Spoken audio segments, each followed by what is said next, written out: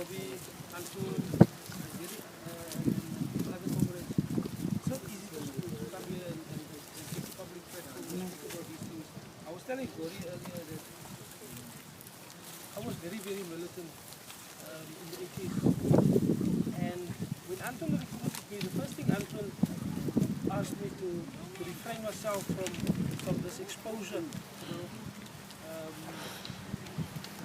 because it's not a work, or it will interfere with the work that we do in the underground.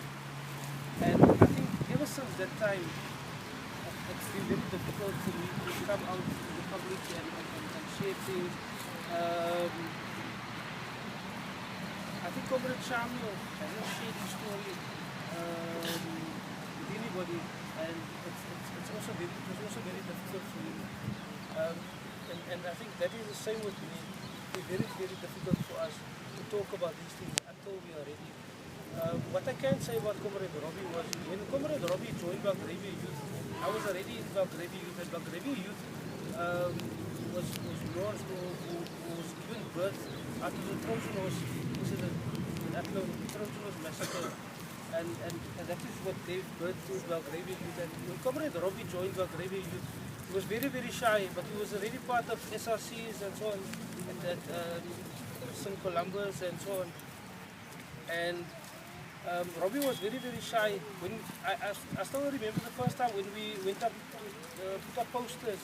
Comrade Robbie was very scared and shy, and he put up the first poster, he put it upside down.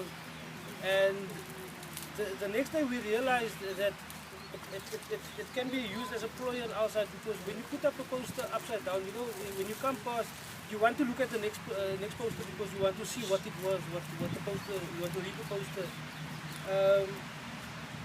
But Comrade Robbie, when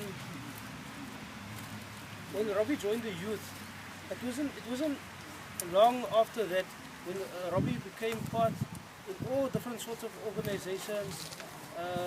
Robbie was everywhere. Robbie was part of the quick structures. He was part of the Stansko at UWC, and I think that is where Robbie met Colleen. Robbie was the kind of person who would still work in the area midnight. He would work late in the evenings. He would walk through the area. He would pamphlet here. Robbie would come wake me up after I almost kind of recruited Robbie into the youth. Robbie would be the one afterwards to come wake me up to come do these things. I remember myself and Robbie would stay 2 roads apart, and we would sit in the evenings on the corner. We would walk one another halfway home, and we would sit there after meetings and still talk about the events for hours and hours.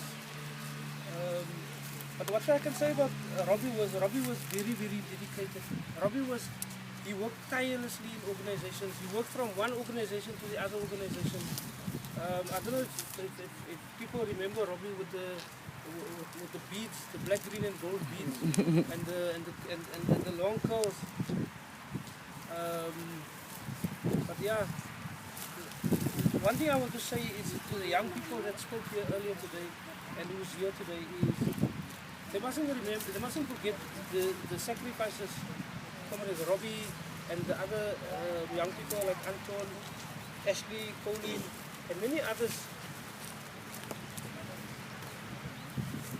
The sacrifices that they made wasn't sacrifices. They weren't forced to go out and sacrifice their lives.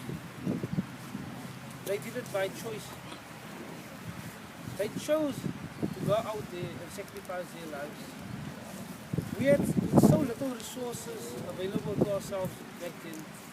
Today, our young people have so many things, so many resources. And